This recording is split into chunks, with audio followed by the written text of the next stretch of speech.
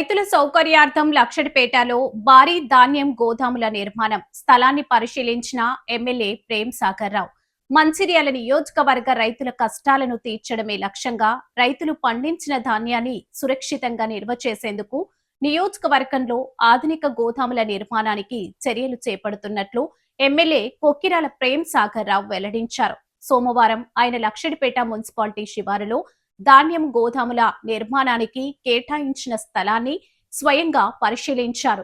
ఈ సందర్భంగా ఎమ్మెల్యే మాట్లాడుతూ రైతులు తమ పంటను అమ్ముకోవడానికి ఇబ్బందులు పడకూడదనే ఉద్దేశంతో ఈ గోదాములను నిర్మిస్తున్నామని, ఇవి అందుబాటులోకి వస్తే రైతులందరికీ ఎంతో మేలు జరుగుతుందని తెలిపారు.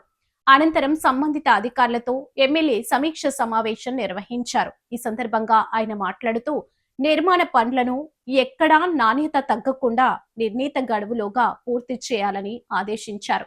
గోదాముల నిర్మాణంలో అన్ని రకాల వస్తువులు ఉండేలా చూడాలని అధికారులకు సూచించారు.